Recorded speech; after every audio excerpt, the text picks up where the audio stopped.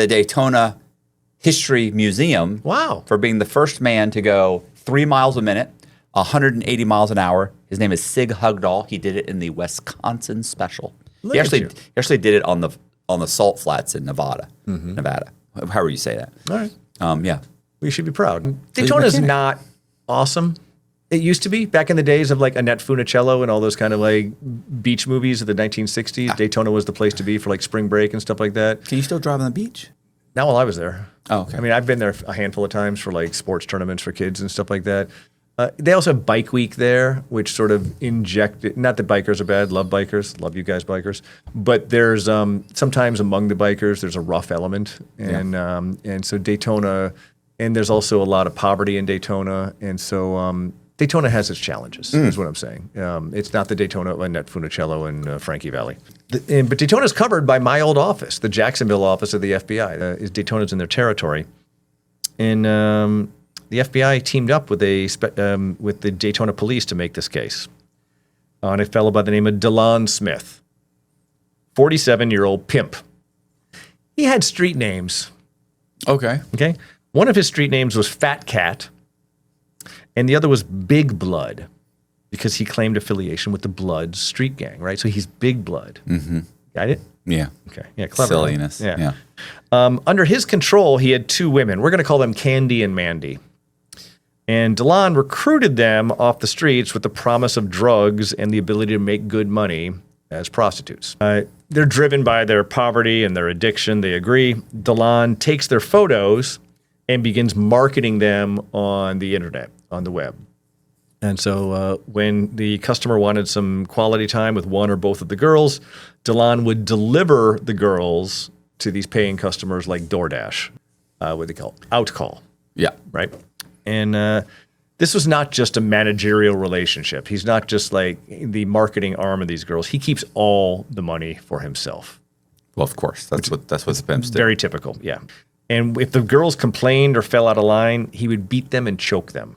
Yeah, he's not taking care of these girls. He's no Pimp and Ken. Mm-hmm. Pimp and Ken wouldn't do that. He don't play that. We interviewed Pimp and Ken. Okay, well, good to know. When Candy wasn't bringing in enough money to feed DeLon, because he's a fat cat, he discharged his firearm and then burned her with the smoking barrel.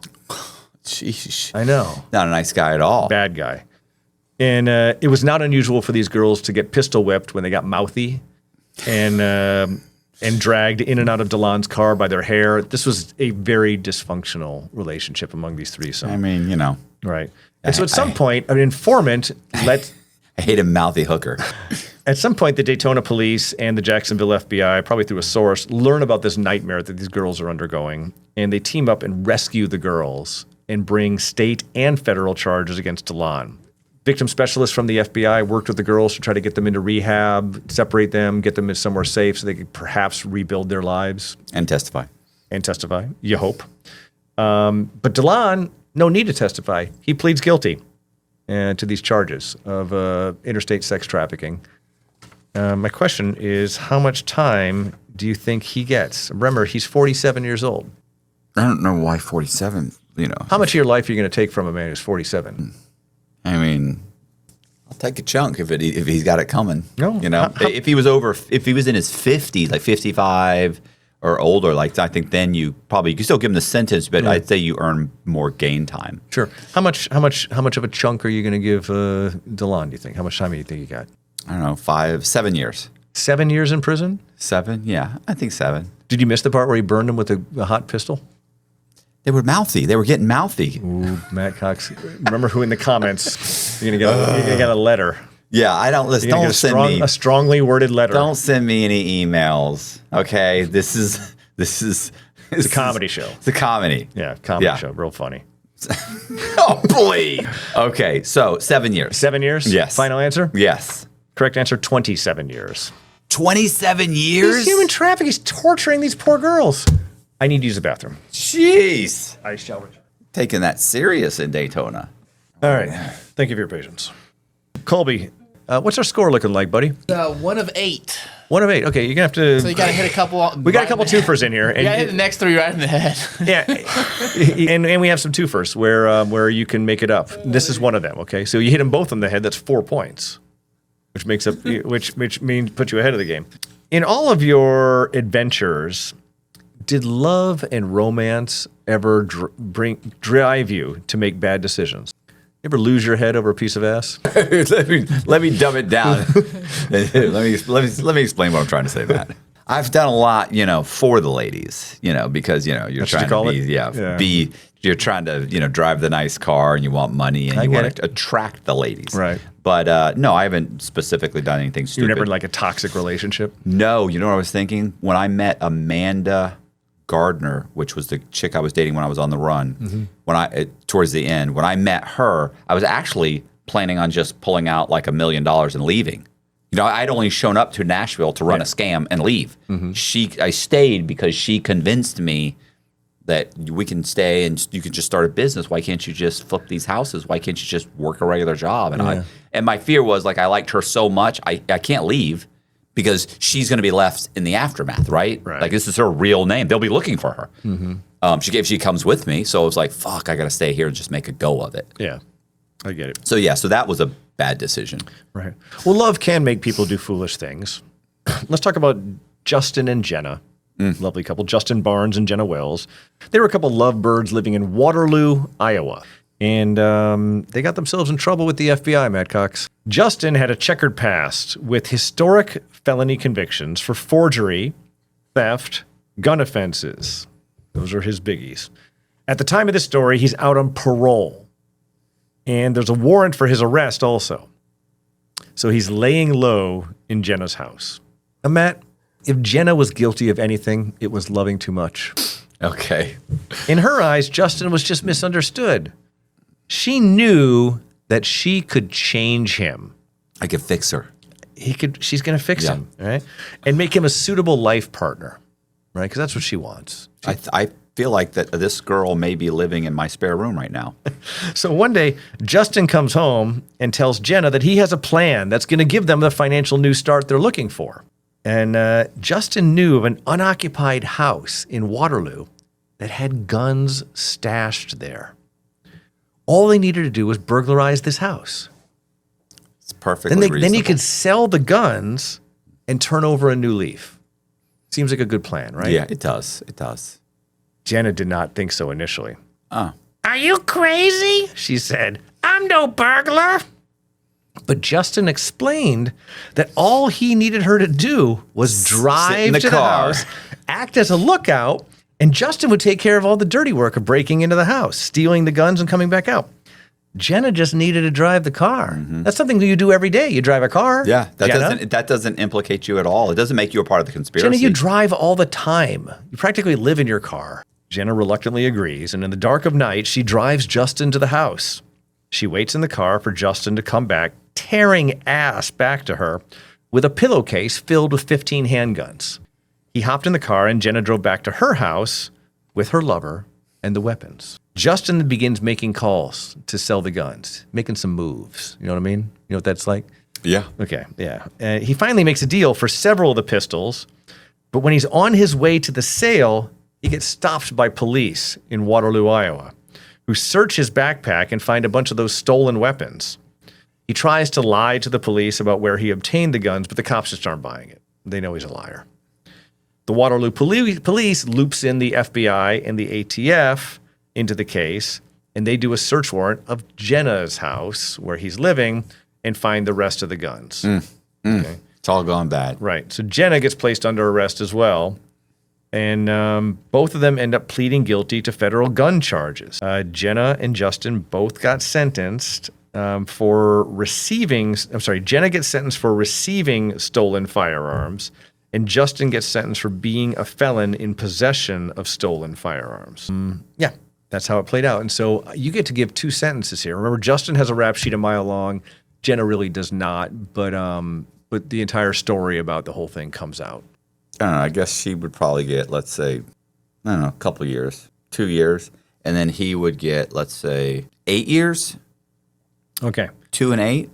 All right. Let's talk months. 24 months and... Yeah, 24 months and, what is it? Is it 84? That's 96 months. Okay. So Justin gets 96 months. Okay. Let's start there. Justin got 96 months. No, we didn't. He did. Yeah, I did. He did. Nice. Yeah, you nailed it. So you get 2 points there. Look at the face. What about the other one? Jenna, you said 24 months. She actually got 41 months. So my big question is, did you look at the paper while I was in the bathroom? No, no, I Oh, didn't. we should have done that. Oh, that would have been great. To run the table. That would have been good. Yeah. No, you did good. You did good. I believe you. I'm worried about you, believe me. No, I think, I'm actually wondering why she got.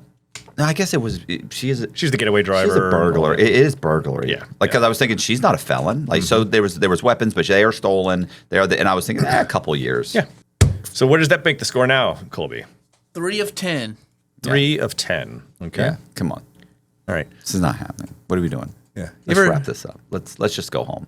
Well, No, I'm just joking. I'm joking. I planned for 4 more. I have 4 more stories. So. 4? 4 more stories. Wow. Are they double sentences? Let's Any double sentences? Single, double. Yeah, Okay. The very last one's a double. And the last one is amazing. So if you get them all right, Yeah. even just normally, 7 of 14 is a win. If you're But hating if this episode, stay for the last story. I promise you will not regret it. All right, but this one's a good one too. When you were struggling or down and out or rebuilding your life, you ever take a Greyhound bus? No, but I have been in a similar situation, which was a prison bus. Oh, yeah, probably worse in many ways. Greyhound bus stations seem to be a nexus for a lot of bad stuff. They're never in good towns, and there's always a lot of like nonsense, homelessness, drugs, gangs, prostitution around the Greyhound bus station, and I don't get it. Is it because people get off the bus and they're like, this neighborhood's great, I'm going to make a life for myself right here. I'm not even going to walk more than a block away from the station. But why are Greyhound bus stations just such magnets for nonsense? I don't know. I'm assuming it's so cheap to travel that way, and then they also locate them in kind of shitty areas because it's such like a which came first, chicken or the egg, right? yeah. It's like a halfway house. People in nice neighborhoods just don't want them in their neighborhood. It was a normal night in Rochester, New York, when the cops receive a call that there's a belligerent drunk at the bus terminal No, not at the harassing travelers. That's crazy. That never happens. The cops get there and they encounter 38-year-old Orlando Justice, who was super intoxicated at the time. The police place him in handcuffs and bring him to Strong Memorial Hospital for medical and psych evaluation. Okay. Orlando was furious about being arrested, and he spit on the officers, telling them he's going to find the cops, come to their houses, and kick your asses. Okay. The next day, one of the arresting officers, we'll call Larry, receives a call from an unknown number. He answers it. It's Orlando. I told you I would find you. He said to Officer Larry, you messed with the wrong one. I'm a different breed of humans. Orlando then proceeds to recite Officer Larry's home address. The cop is understandably worried. Yeah. And hangs up. But Orlando wouldn't quit. He FaceTimed the cop and said, I'm coming to your home with my friends, and I'm going to keep calling you. Don't get scared now. Do we have a picture of Orlando? What does he look like? Does he have horns? Officer Larry admonishes Orlando, stop calling me. But the harassment continued. Calls, text messages, FaceTimes. The Rochester Police Department requests that the FBI intervene. Not because they couldn't handle this themselves. I mean, pretty open shut case. But the police want to avoid the appearance of a conflict of interest in this investigation since the harassment was of one of their own. So the FBI gathers the evidence and goes out and arrests Orlando for threatening communications and interstate commerce. And Orlando pleads guilty. So my question is, how much time are you going to give Orlando? What? 3 years? He's a different breed of human. I know, but they 3 years. 3 years? Yeah. 36 months? Yeah. Really? Why? Because he threatened something. He threatened a cop. Did he really threaten him? He just said he was going to come to his house. Maybe, he just maybe it's low. maybe it's lower than that. Maybe it's higher than that. 3 years. You're exhausted. All right. Final answer? Yeah. Correct answer, 21 months. I got it. You did not. 26 months is. Oh, You come did not. on. You did not. Come on. Matt Cox, when we went to lunch today at Five Guys, I think you're changing the numbers. Could you imagine? All right. When we went to lunch today at Five Guys, Mm-hmm. fantastic meal, by the way, you drove. Yes. And I'm not going to describe your car, but it's a big car. It's a big, very high up car.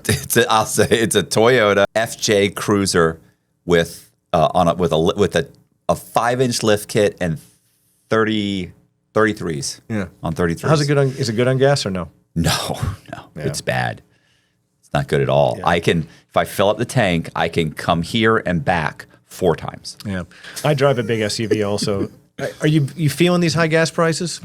No, I don't pay attention to it. It is what it is. Like, Yeah, you can't not come to work, right? No. Yeah. Jess, who makes good money, drives by and she's like, "Oh my gosh, it's gas is at $4.60," or she's always paying attention, and I'm just like, I've never paid attention. My whole life, I've never paid attention. Yeah, I mean, it's one of the things. Why worry yourself about stuff that's out of your control? Right, I can't do anything You're not about using you're not going to sell your car. You're not going to like hitchhike. You're not going to ride a unicycle to work. It is what it is, right? But a lot of Americans are feeling the high fuel prices this summer, and I do feel for them because a lot of people are on fixed incomes. Like you and I, we want to make more money. We just work more. Yeah. Right? So I got to explain a couple things to make sure you understand this crime.